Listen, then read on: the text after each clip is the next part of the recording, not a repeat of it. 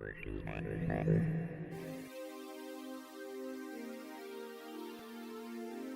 money, money, money, money. That's all I ever hear in this house. Money, look at these fucking flags. There seems to be a need for sports talk in the Bay Area.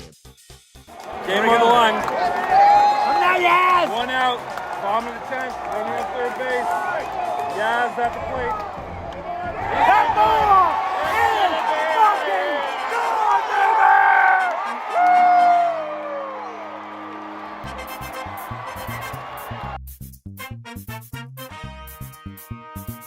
I'm Jake Lucas. I'm with Dave Greenstein and Joe Starkey.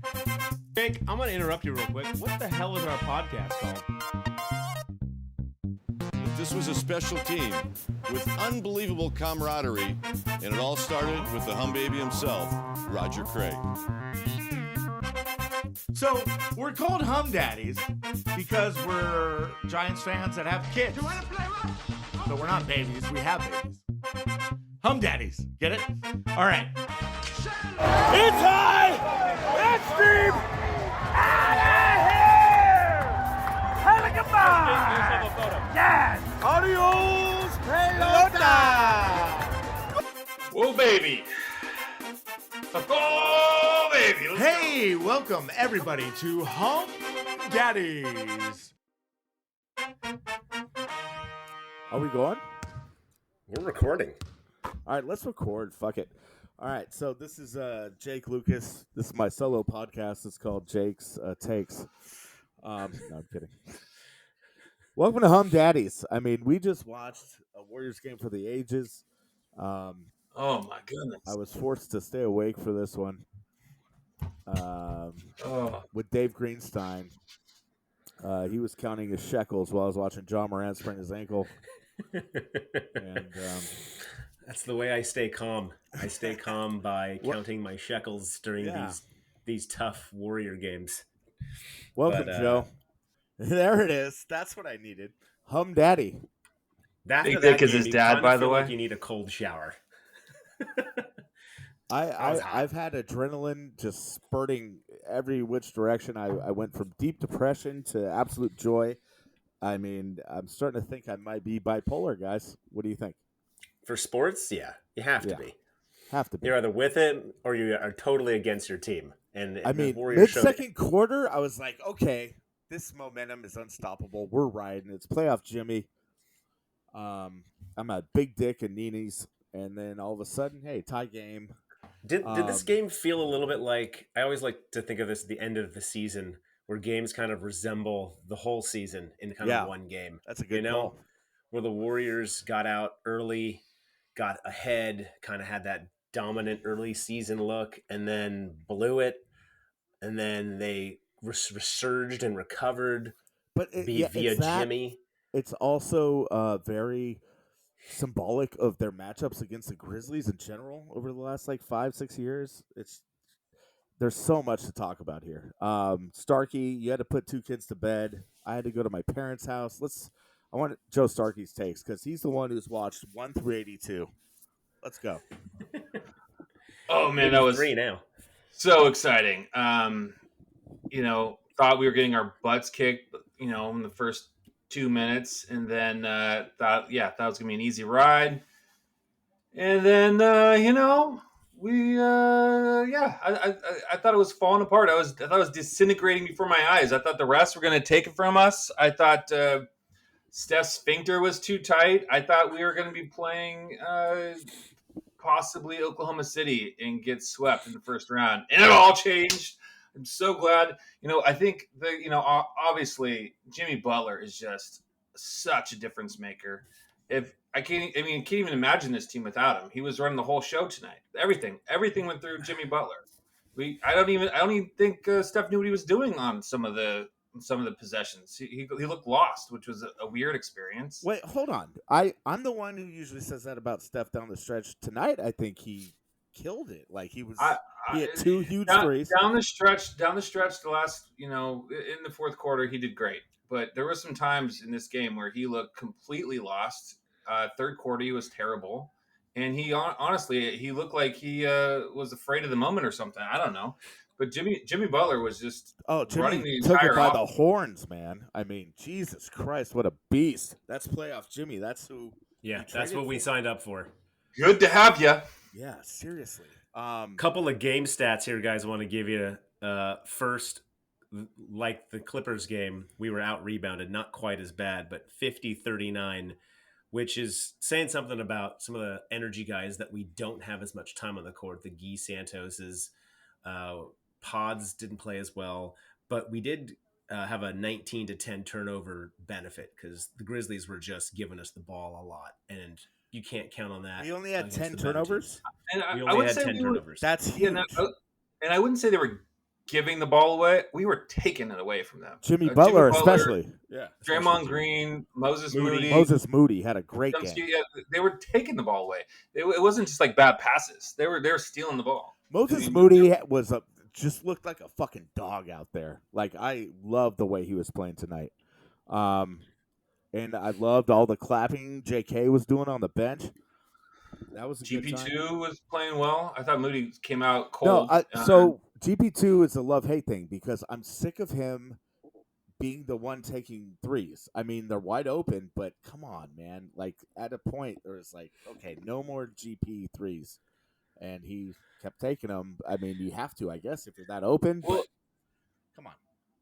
The other thing about tonight, it's like this is kind of, I feel like we've been playing playoffs for like a couple games now, but this is the playoffs, really. And we got to see who was ready for the moment. Quinn Post, he looked ready for the moment. QP's ready. Oh, yeah. Yeah. 4 of 5, 3 of 4 on threes. He only played 21 minutes, but he had some pretty impressive defensive stops on Jaren Jackson and even on Edey. So if you told me QP, game one of this season, was going to play 21 minutes in a play-in game, I think that everyone would be pretty surprised. So he did, agreed, 100%. He did work. Earned it too. Yeah, absolutely. I think Pods looked good overall to me. Yeah, agreed. That play at the end, that block was clean as hell. It was a block. Yeah, but I mean, unfortunately, he seemed like he had an open 3 or 2 when it really mattered. Pods is 1 for 7. He's gone a little cold in the last couple of games, but hey, it just takes one game to get you back in rhythm. And now that they're out of this kind of, we have to win to get to the next step, we have a little bit of cushion because we can play a 7-game series. If Pods gets hot, the Warriors are way more difficult to beat.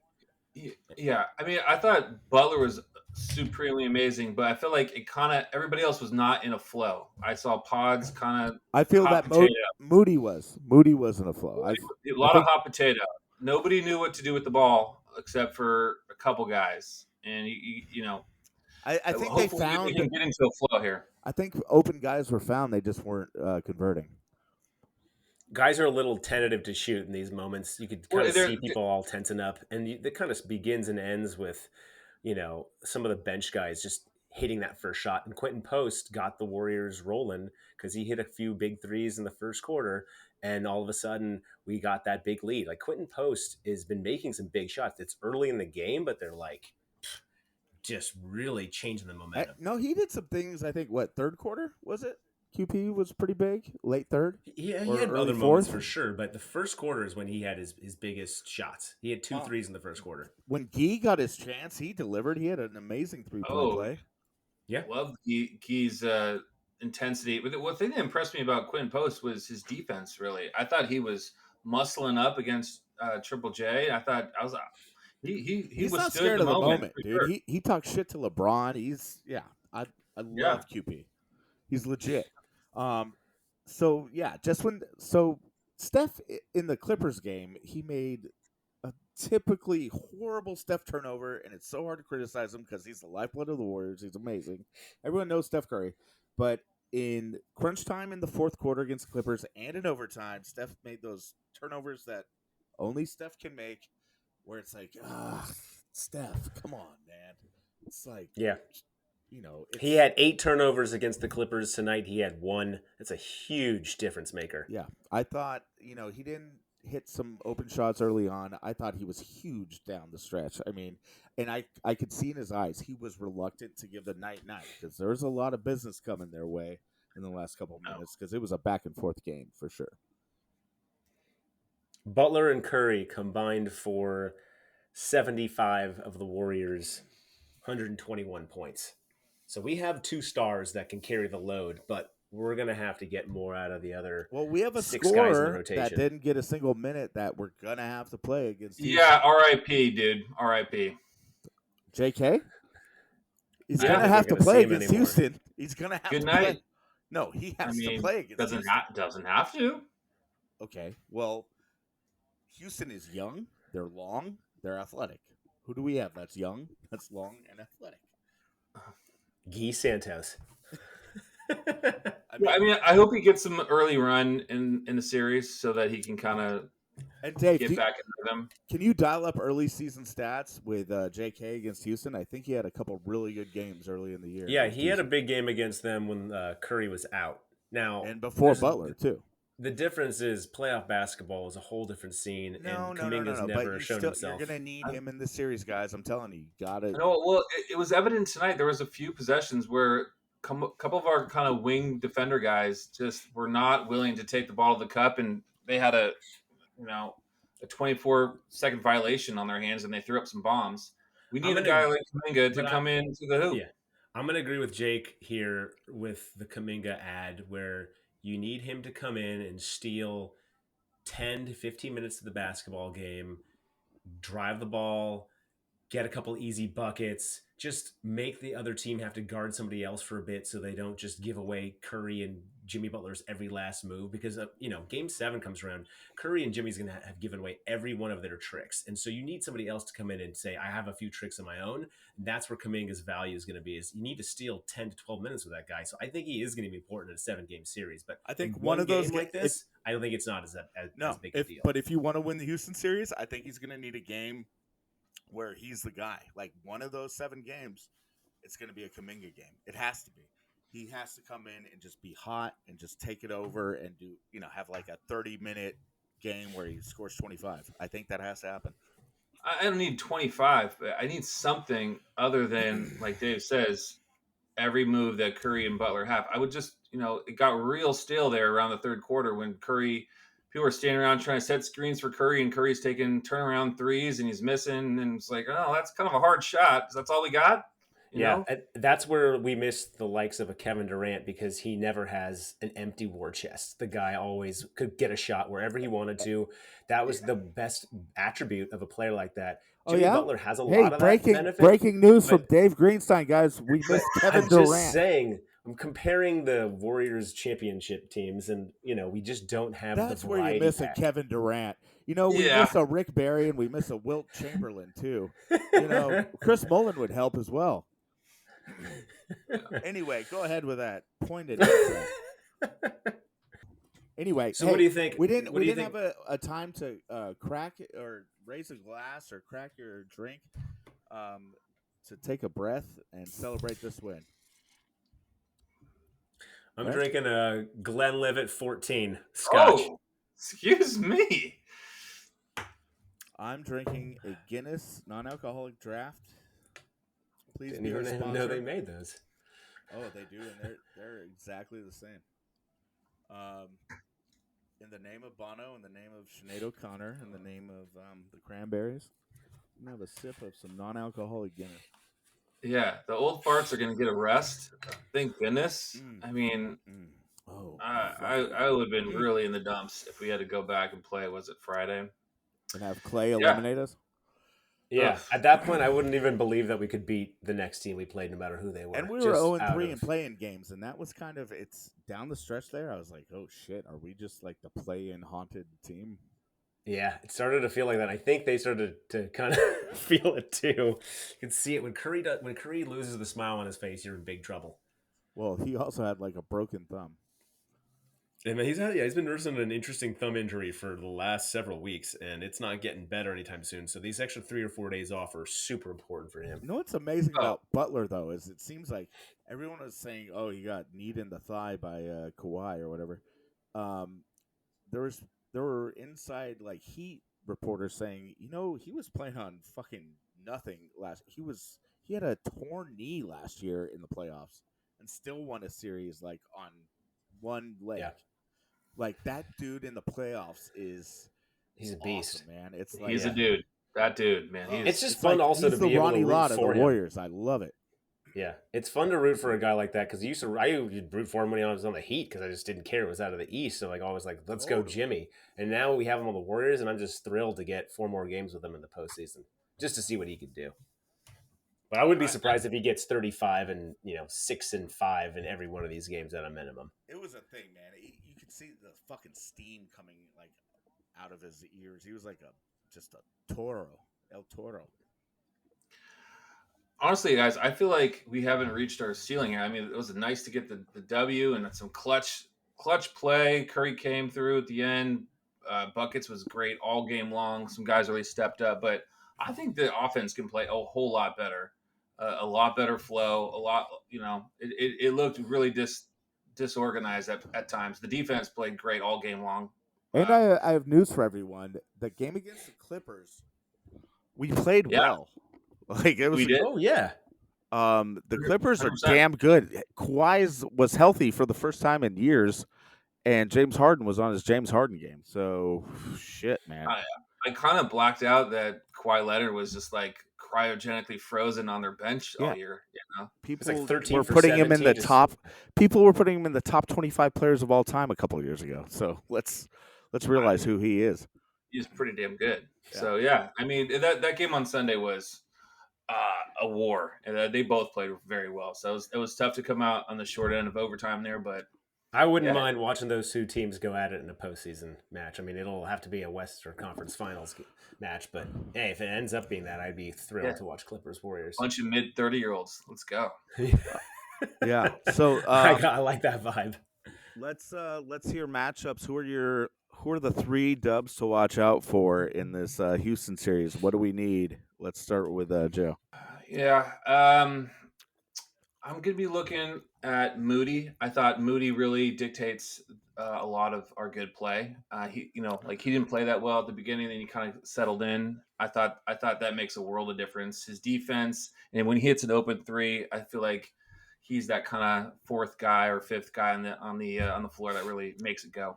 He was apparently having back spasms too. He was questionable. I'll take one.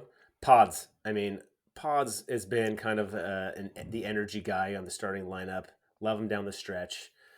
If he's playing with kind of that joy and doing the decel moves, I think it makes the Warriors just this kind of fun, lighthearted, dynamic team. That's the team that has to win. Like they're not going to have like a serious Warriors team winning any NBA Finals this year. It's got to be a fun group of laughing buddies, and they get serious when they start to get into a bind and They lose need that a little that bit, so, serious De Niro Cape Fear energy where it's like serious to the point where you're laughing like a maniac. That's Jake Lucas energy. I mean, that's that Jack Nicholson fucking shining energy. Yes. Who do you got, Jake? Kuminga, dude. First game against Houston this year, he went for 23 and 6, 7 for 12, 2 for 3 from 3. We need that. I need Kuminga to get some PT. He has to, dude. I'm telling you, Houston's too long. They're too young. You need Kuminga in there at some point. You're not going to win without him. You guys ready for some heated coach-on-coach battles with Houston? I mean, well, let me say this about coaches. Let me say this, okay? Fucking Bay Area sports fans need to stop with this Kerr hate, okay? If you're fucking, for instance, Ian Keogh, big fan of the pod. We were back and forth tonight. He was like, honestly, it's Kerr. Kerr has to go. Kerr has to go? Like you were backing Farhan. You said fire Bob Melvin. You're backing fucking Shanahan. Say fire Lynch. Kerr's the only one with any rings out of any of these fucking guys, and he has 9 of them. Okay? Stop taking the side of this Congolese guy with talent that's never played in the basketball until he's 18. I love his skills, but don't blame Steve Kerr. It's not fucking Steve Kerr's fault. That's all I have to say about coaches. So you're taking Kerr as one of your guys in the postseason. Yeah, well, I believe in Kerr. Like we've said, I think Kerr puts rookies and young players through the fucking ringer, and he wants them to come out better. And if you don't heed his advice, everyone who's played with him says he knows what he's doing. I think he also knows what he's Steve doing. Kerr has the kind of Bruce Bochy effect in the postseason. He's even more effective as a coach because he knows how to find weaknesses in teams and chisel into it and break them down and beat them in the postseason, as In they the did with the postseason, Celtics. for sure. Yeah. I think that's just how he does it. I mean, granted, he's had some great teams where anybody could have coached some of these Warriors teams to Well, an Luke NBA Walton, finalist. I think, went 24-0, but yeah. Yeah. So, no, Kerr's. You can complain about some of the things he does, but no one should be saying get rid of Kerr. That's nonsense. Do you realize I'm sure you're not on like Twitter and all that shit with half the Warriors fan base hates Steve Kerr. That's preposterous. It's Just true stop though, it. but it's true. No, It's preposterous. That's trolls. You're just looking at trolls as being half the Warriors fandom. I'm just telling you guys what the internet says. So how do we beat Ume Udoka? How do we? Because he hates the Warriors. Ignore that He took away the championship that he wanted to have, and maybe he doesn't sleep with the wrong person and get fired if that doesn't happen. Who knows? But there's another dimension where personal, Udoka Dave. is still a Celtics coach. Yeah, it's very personal, and we got to come after him because he was talking shit at halftime. In the last game we played against Houston, this is going to be spicy, and we also got Dylan Brooks on the floor, fellas. Old Dylan Brooks. I mean, it's going to be war of words, a war of I hate Dylan Brooks more than any player in the NBA by far. Over under 12 technical fouls in the series. Oh my gosh, Draymond Green, Dylan Brooks, they'll be sparks, guys. And GP2 getting ready to get knocked out. Hates Dylan Brooks. And there's Evan Mobley and Draymond. They're like the top, going to be 1 and 2 in voting for Defensive Player of the Year. What, Evan Mobley of the Cleveland Cavaliers? I guess so. Next, the red team's up. Yeah, no, it's gonna be interesting, man. They're young, they're gonna run. We're old, we sit around. So wait, who am I thinking of? Of the Coutinho Mobley. That's right, Coutinho. Of the remaining playoff teams, other than the Warriors series, which series are you guys most excited to watch outside of Dub? I'm hyper focused on tonight's events. I didn't even know if we were going to be in the playoffs. Just let me have this moment, Dave. I haven't thought about it. Fine. I mean, it's kind of a leading question because we had some time to think about it. And I do think the best series is going to be Lakers Wolves in the NBA playoffs in the first round. I think that's going to be the most entertaining. It's going to have the most hype. The potential face of the NBA versus two other faces. One, the old elder GOAT face, and the other one being the other face of the NBA, but on the Euros side. So it's going to be. I like fun to watch those I like three the stars. T-Wolves there. How did I say Evan Mobley on We're okay, buddy. Wait, what about the clips in Jokic? That sounds interesting, right? Okay, so here's what I think the Clips healthy are going to be way more of a problem than anyone thinks. They could win the whole goddamn thing, honestly. Did I hear that Harden's been in the playoffs every year of his career? Yes. Wow, correct. Insane, dude. That is insane. Hasn't done so well. Right. Not but so well. Every year. Oof. I mean, I was could appreciate there. him having a deep run if the Warriors get knocked out. Do you remember when his I'll call it here. There's gonna be an injury on that Clippers team. Kawhi Leonard's not going 4 rounds. He hasn't played much in the last few years, so maybe he will. No, you can't hide anymore behind your injuries, Kawhi. You gotta, put up or shut up. Maybe if they get down 3-1, he might say, it's been my back this whole time just to save face. Yeah, that Clippers team was nasty last Sunday. Kawhi was incredible. Harden was Warriors amazing. played well. They played a great game, I think. Oh, I know. We ran into a brick wall. Those guys were good. Yeah, they were good. They were really good. And people don't realize Jeff Van Gundy is like their defensive specialist coach. I'm at my parents' house here. We didn't even introduce the cast today. I'm in Richmond, California at Dick and Nini's. Okay, because I can't wake my kids up. This is me and Coach Warren, El Cerrito legend. Who's Coach Warren? Dave, he's an El Cerrito legend. Football coach, baseball coach, very winning coach in general. This is Steve Young, 49er. No, This we're is retiring. David Robinson. I just saw some David Robinson highlights, and he is kind of like the original Giannis. He was a stud, dude. I'm looking back at my childhood room. There's a lot of Ricky Waters there, and you got a little Mullen, who, by the way, I'm wearing. Thanks for the jersey, Dave.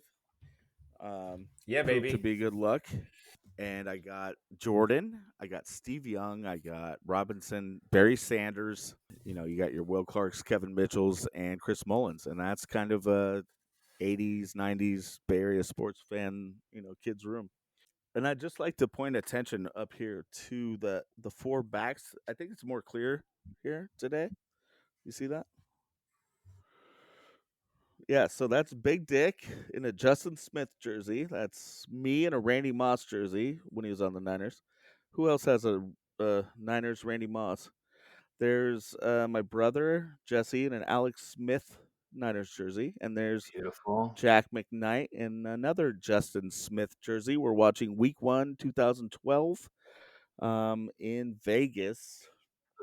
Yeah, So it was two Justin Smith jerseys. two Justin Smith jerseys. That was your current brother-in-law was wearing the same jersey as your dad. Yeah, Was this before they got married? No. Oh yeah, it was actually. Interesting. Yeah, but I mean, I got them those jerseys. I was the Jersey Connect. Okay. But anyway, yeah, that's 2012 Week 1. We're watching Niners at Green Bay. I remember Randy Moss got a touchdown from Alex Smith, so it was pretty special. Nice. And then what happened that year? That was we went to the Super Bowl and lost to the Ravens. That was, why didn't we just let Gore run it in? That was amazing that we were that close. Honestly, we were getting our butt kicked. And then the lights went out on the Beyonce halftime, and we almost came back. Yeah. Any theories about it? Jake, you look like you're in a Swiss chalet. What do you mean?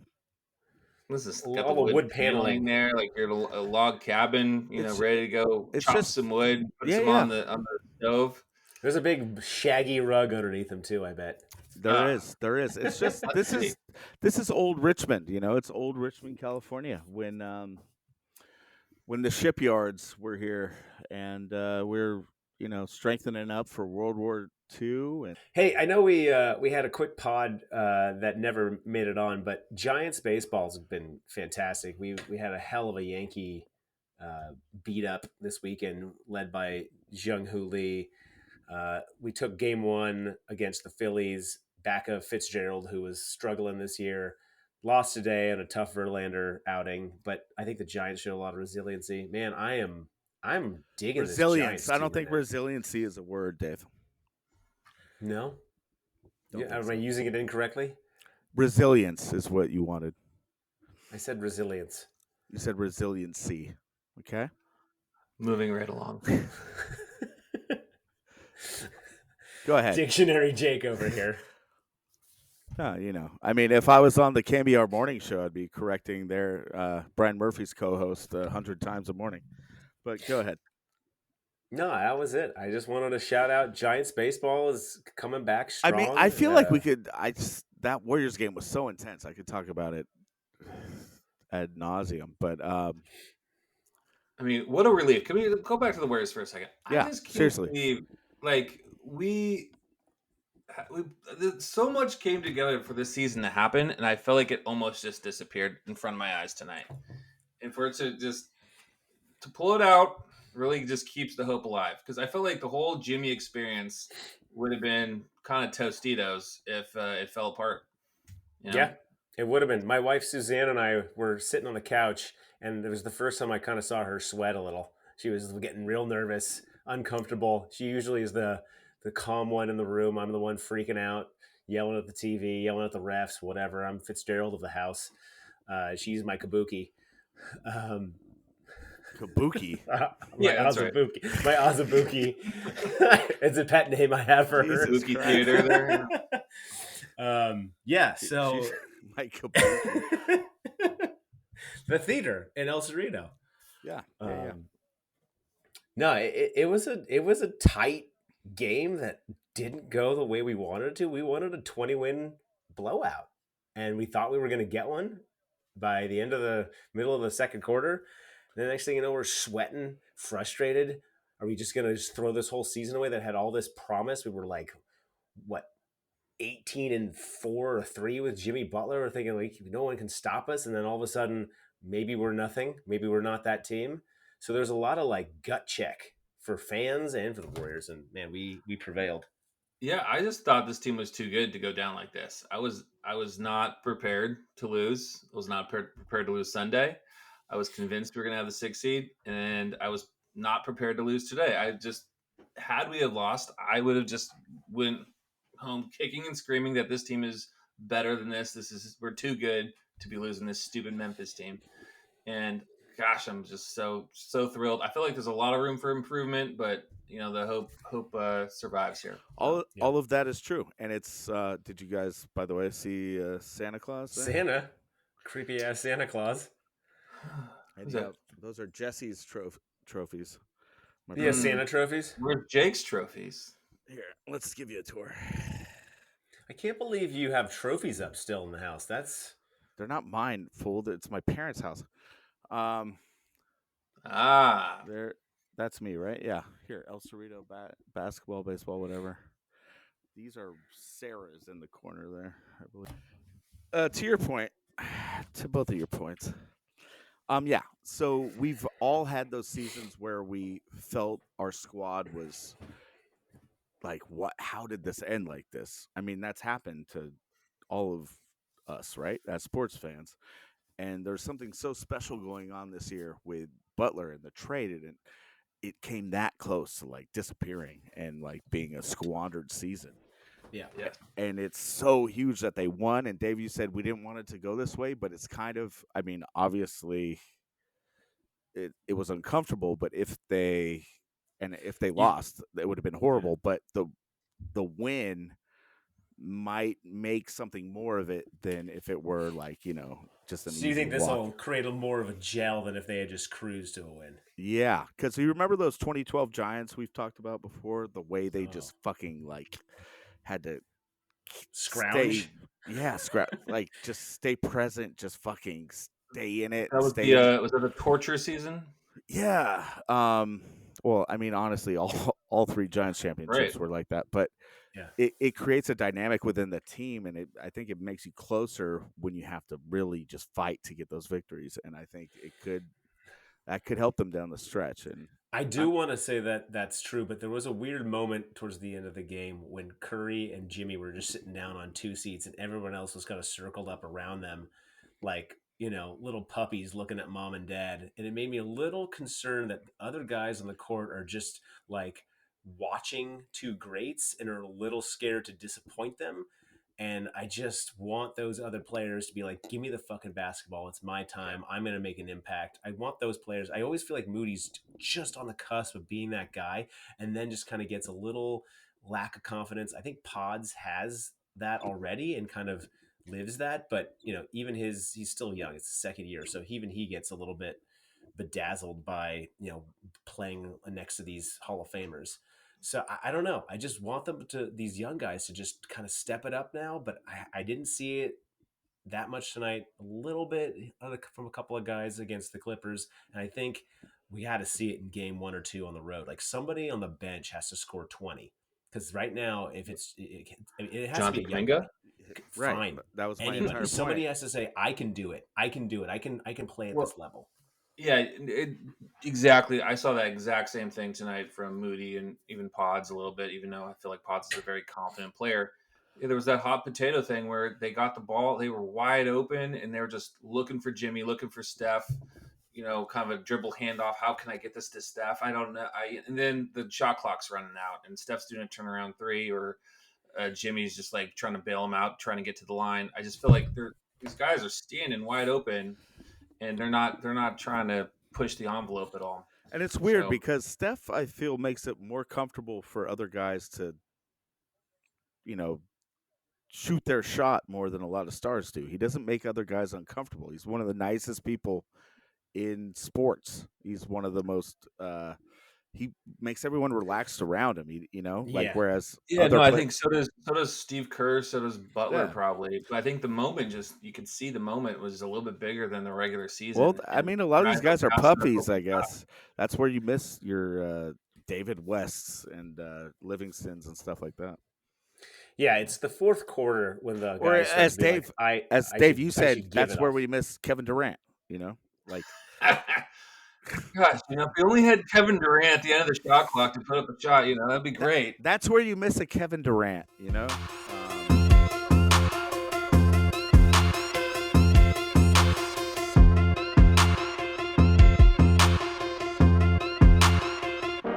I covered them. Jake has nothing to say. I got every last bit of what they're doing right now. They're playing above their level.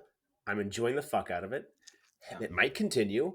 Jung-Hoo Lee, if he stays healthy, might hit 300 and have 50 doubles and 20 jacks by the end of the season. Fitzgerald might hit 275 and have 15 more jacks. No, And well, there's all kinds of what's really offensive cool opportunities, but what's really cool, and Starkey, I wish you were in our fantasy baseball league.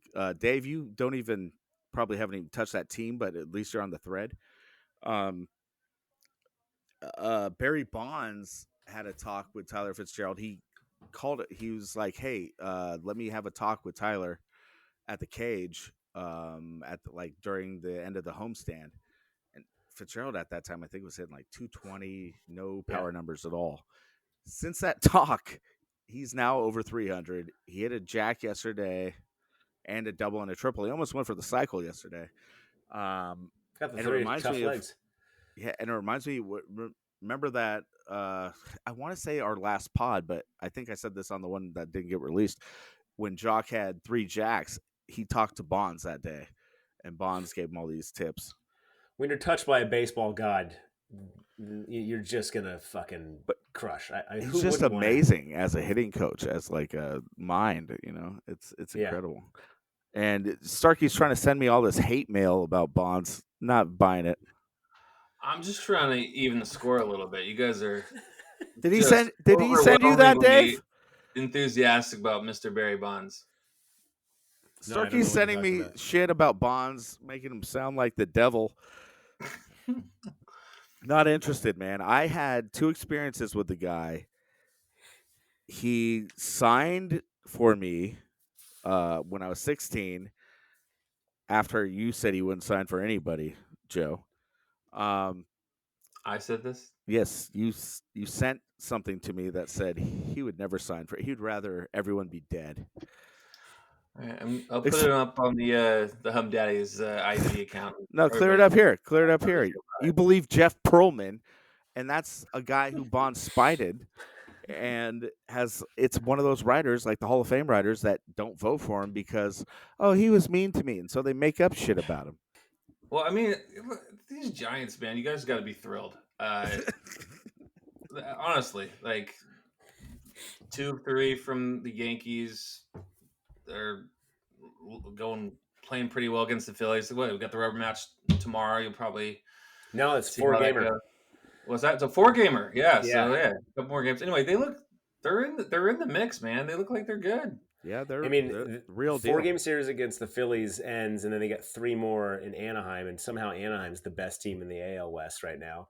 So that's fake news, though. We'll see how that goes. But 10-game series, if the Giants could come out of this, going 6-4, or somehow land a 7-3, which I think would be probably unlikely. But what a great way to open April. I just would be thrilled beyond.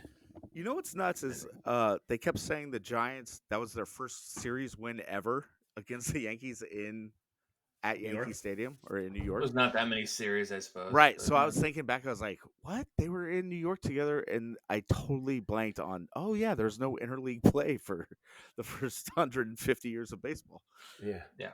Yeah. So I was like, is this San Francisco Giants or Giant? And then I felt like such an idiot when I realized, they would never see them unless it's in the World Series, and then you're just not taking. And they did see them in the World Series multiple times. I mean, we're getting some games under our belt, and they got the belief if they can stay in this for another month or so. What are you basing your updates on the over under league on? Just like current like rates of where teams are supposed to be? Because Percentages. you took real liberties in embarrassing me, didn't you? Yeah, so you took the over-unders and took the percentage of where they're at currently and whether they're above the over-under percentage or not. So not that hard. But Jake, I would imagine, Joe, you're not getting the 1 through 5 add-on included in that currently, right? That's end of season. It's included. That's All right, included too. so basically, I'm doing a whole over-under league for all 30 teams, and every MLB team take their over-under according to Vegas, and you pick it over or under, and then you have 5 bonus points to allocate to the teams that you're most confident in, going from 5 to 1. And then, you add it up. 30 points plus whatever 5, 4, 3, 2, 1 adds up to. And by the way, this is I participated in this because of our podcast. Because all I know is about the Giants. Okay, I don't pretend to know anything about any other. Well, you should have. If all you know is about the Giants, you should have put Giants as your number one confidence pick. They are crushing it. They are. Oh, They are. well, And you said that in the fucking email, moron. You said Jake knows his Giants, and that's all he knows. So the that is what I said. Got him. There's a lot of Giants fans in that, and you're the only one that took them. So. Oh, really? That's Mhm. my number one confidence thing. Mm-hmm. But I think you were pissed because I took the A's in one of my top 5 also, and you're I took them as my number one pick because as an emotional hedge because I can't stand the fact that they win every time, so it makes me feel not as bad when they win. Oh, so you took them on the Emotional hedge. Yeah, the over. Emotional hedge. Yeah. So I bet on them because That's what I did with the so Dodgers upset too. Every time they win, I wanted to bet on them so it feels less bad. Yeah, that's what I did with the Dodgers, and trust me, I'm a lot happier when they just lose like 6 of 9. That is I'm way happier. I'll lose money on that happily. Did you guys see the golf cart or whatever that ran out of gas at the A's game? So there's an injured player, Jose Siri, needed to get picked up in the golf cart, and the golf cart ran out of gas, and they had to push the golf cart out the stadium, and they were running into the fence, and they had to back it up, and they're trying to push it out it's just a joke out there. I can't wait for the first couple of players to get heat stroke on that field dead summer. It's gonna be bad. Meanwhile, I've heard the tickets have gotten real cheap if you just show up day of. You can get like a $25 ticket. I'm sure secondary market is not bad at all. We'll let you know how it is, Joe, when we go. We'll let you know. Yeah. We'll do a live pod, and then you can remote it.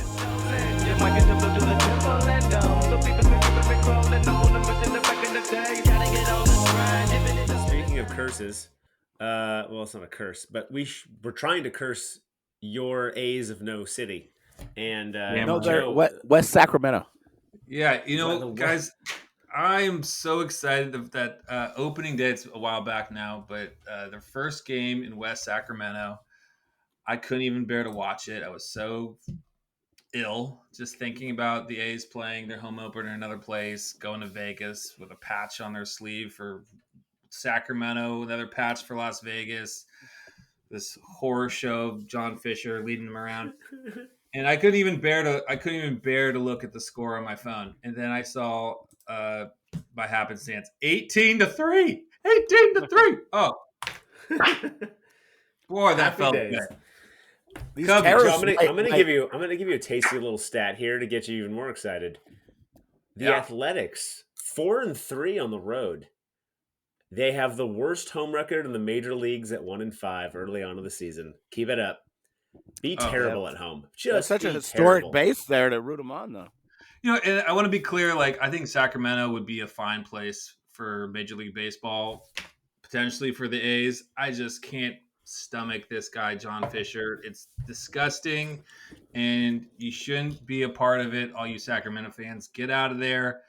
Don't do it. What I was going to say is the tariffs might tank the gap in Old Navy and Banana Republic. So Fisher's pocketbook might be hurting soon. And the cost of steel and construction costs, the whole thing might Yeah. get torpedoed. Thanks, It might. Donald. Jazz Chisholm out there with his torpedo bat and start beating up the Vegas ground. Yeah, That's it's a weird, reach, man. but- Every day I root against my favorite team from childhood. It's a outer body experience. So, Joe, speaking of how shitty the A's are and how much you dislike them, let's give your, your. I guess we're out of March now, so we can't call it March Gladness bracket, but April happiness. I've been buying April... some time. If you haven't noticed, everyone, nothing I'm rhymes with ready to April. make a decision, and I've been buying some time.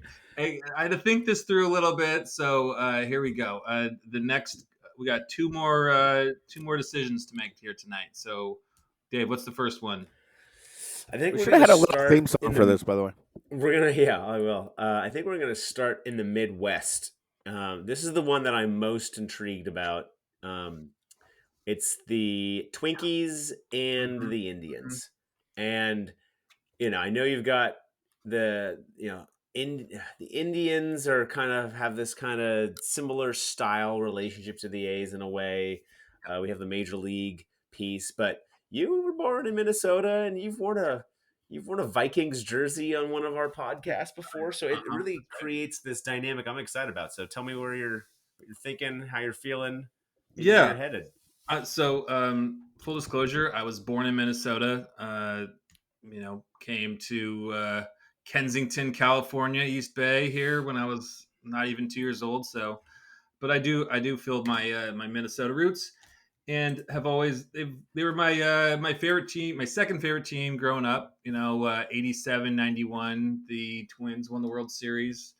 I don't remember 87, but 91 when they went 7 games against the Braves. There was a Jack Morris versus John Smoltz going to the 10th inning of Game 7 of the World Series. That was pretty cool. Kirby Puckett coming through as a hero.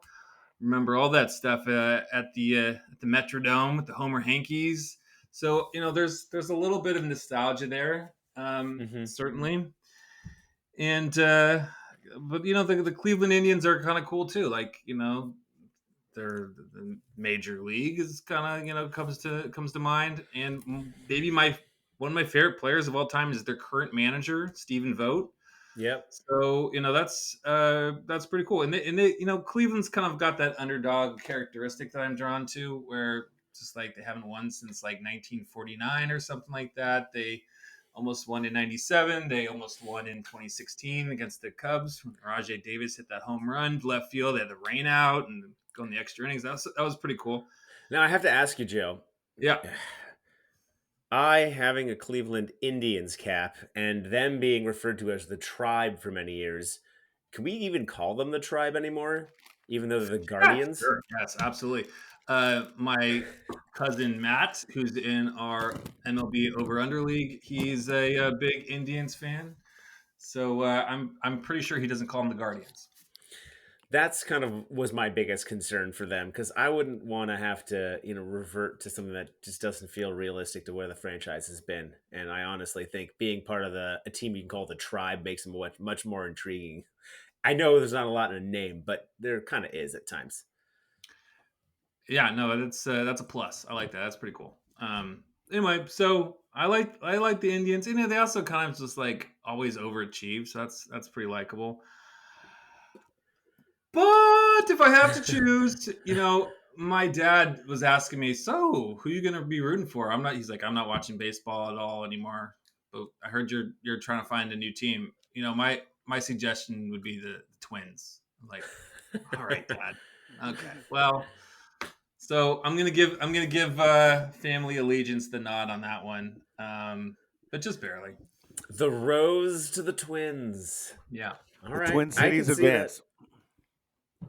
I've never been to Minnesota, whether it be either of the Twin Cities. I would like to go. I think there's a time and a place, and I'd love to go catch. Can I give you the time and the place? Probably October. Nope. Time and place. Here it comes. Time and place is summer Lake Minnetonka on a boat. It's the best, man. You'll just have a great time. It's the boat culture is so fun. Land of 10,000 lakes. Everybody's got a boat. Everybody's just up for the summer. It's a great time. Do you motorboat, Joe? You son you of a old bitch. sailor, you. You old motorboat son of a bitch. Yeah, no, I'm telling you, it's good times. Joe, That's right. we have 2 more teams. Okay. We're now on the East Coast. Full East. We got the Mets. And those sexy orange and black Orioles. Ooh. Where do you see yourself? I mean, there's, Mets being the underdog to the Yankees. A's kind of always been the underdog kind of to the Giants to some degree. I can see a connection there. You're a big Seinfeld guy. Seinfeld, Mets guy. We got the Orioles, cool stadium, similar to the Mets in a manner. They're kind of the underdog in a pretty big division, but have had some great teams over the years. And you've got your love of Cal Ripken Jr. What do you want to say about those? Yeah, no, you're exactly right on some of that. So the Mets kind of stand out here for a couple of reasons. I love that kind of second team in the city underdog thing that the A's had. I think the White Sox, if they didn't have such a crappy owner, would be in there. Mets definitely have that going. I kind of feel bad for the old Mets fans that might have been New York Giants fans or Brooklyn Dodgers fans. They combined the colors and made them the New York Mets. So I kind of like that kind of second team underdog thing that they got going on there. Mets haven't won since 1986. I love the whole story of 1986. Yeah. Even in 1969 when they won Miracle Mets was pretty cool too. So, the Mets got a lot going on. And one of the things I kind of researched when I've been looking up which teams I want to root for. Thanks, Jacob. Jake is just tying it up right now. Right in front. Really giving us the old Down in front. So the old ball and chain. All right. So one of the things that I was really, concentrating on is who owns all these teams. So I think Steve Cohen might be one of the best owners in baseball in terms of willing to spend money.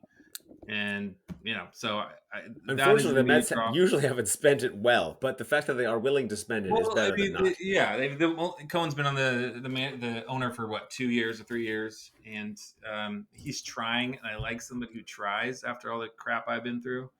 Orioles recently sold their team, so they got a new owner. But they don't seem quite as willing to spend. They got a really good young team, a lot of good hitters. Gunnar. Adley Rushman, a lot of what's his name, the second baseman, son of the Holiday, Jackson. Yeah, Holiday.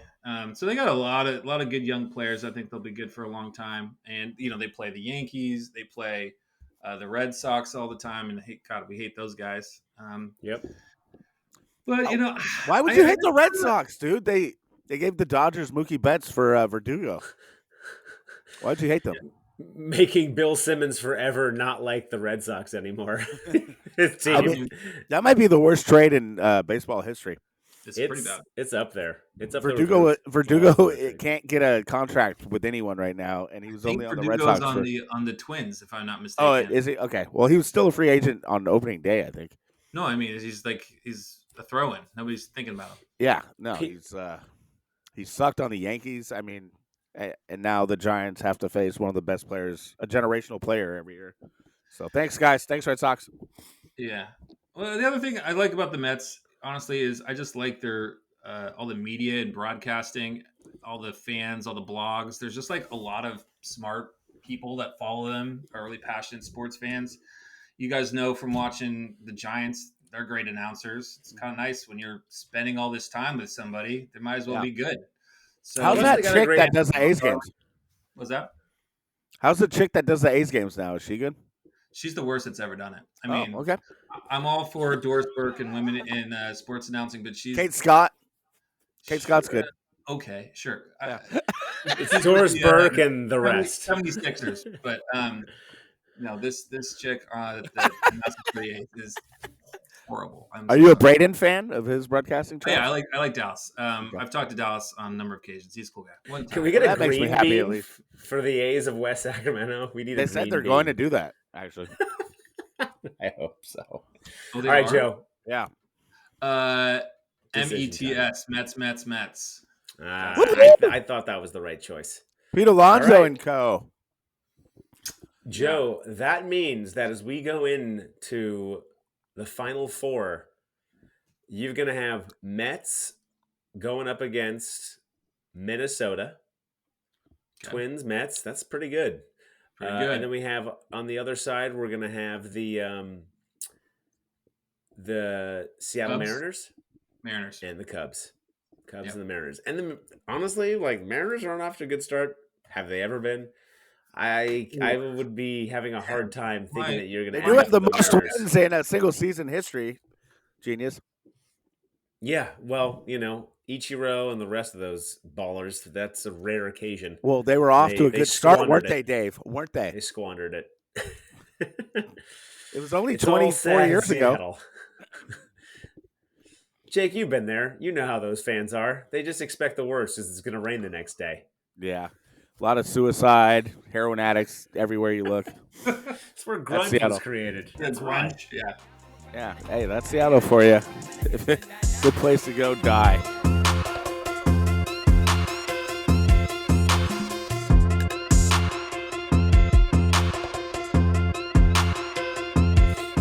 Okay, I wanted to talk about. I feel bad because we shit on Bob Fitzgerald all the time. And rightfully so, because the way he calls the game lately is obnoxious. But I feel like I haven't expressed the fact that he used to be a very big part of my sports fandom, and I really liked him on KMBR. I liked him early as a broadcaster with Jim Barnett. And over the years, he just kind of turned into this guy that is like a fucking know-it-all that yells at everything and complains about everything. And I've noticed in interviews, it's obvious. I can read between the lines of things. He doesn't let anyone ask him about KMBR or his exit, because now there's all these shows about, there's Paulie Mack and Tom Tolbert. And whenever he's featured on any show, it's only Warriors questions. You're not allowed to ask him about KMBR. So I want to know, how do you become that guy? And I just want to say, I'm not all anti Bob. You're just so obnoxious these days. I used to love you, but anyway, that's it. Yeah, you really were craving a Bob Fitzgerald rant, a little whiny rant. You were getting those foul calls tonight. There Yeah, were you're like, I can really really use some Fitzgerald bitching right now. I mean, he would have had an aneurysm on the mic if would've. he was calling this game, and the last two, like that call on Looney, that ghost foul, and when was horrible. And then it was like back to back. It was the Draymond fouled out, then the Looney foul, and the Pajemski. The Pods block was clean. Okay, so Bob would have fucking lost his shit on that. He would have lost his shit on when Edie fouled Draymond Green and they went to review it and they still got it wrong. Well, I mean, that cost Hanging the on Warriors a Draymond's fucking shoulder. challenge for the Pods block, but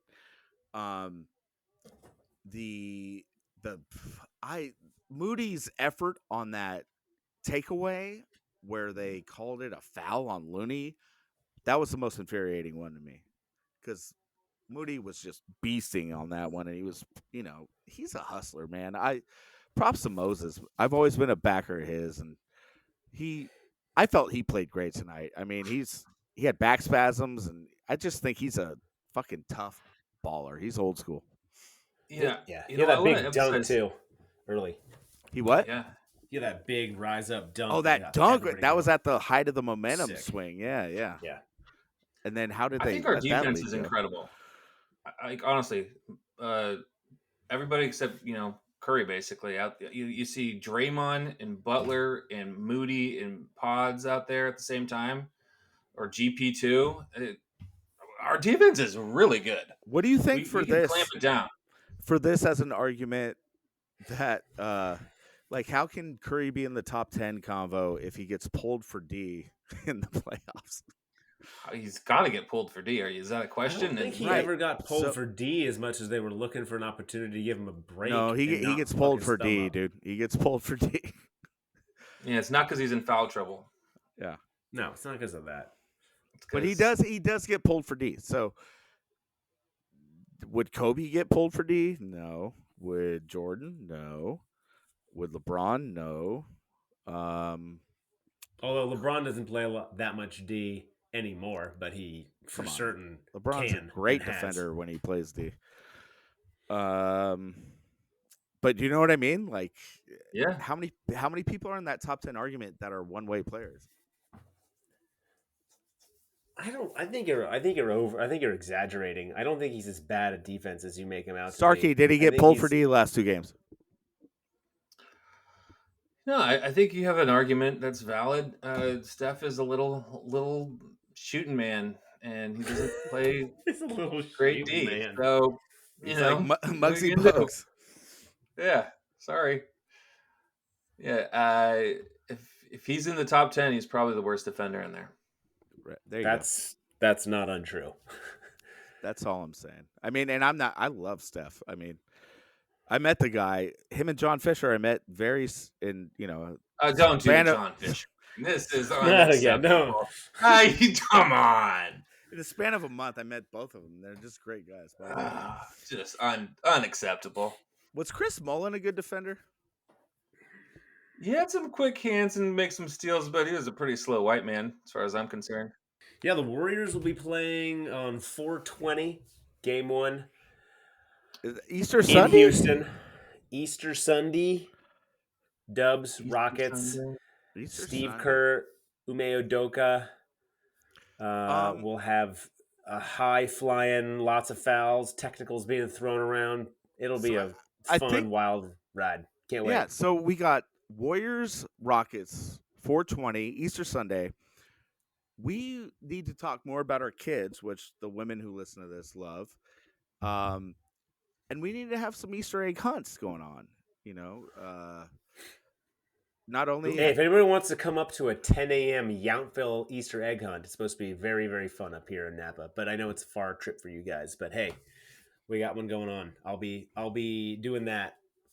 I've been assigned to Riverbank for Easter Sunday, so I will not partake. This is Saturday. Sorry, Saturday, Saturday's the 20th?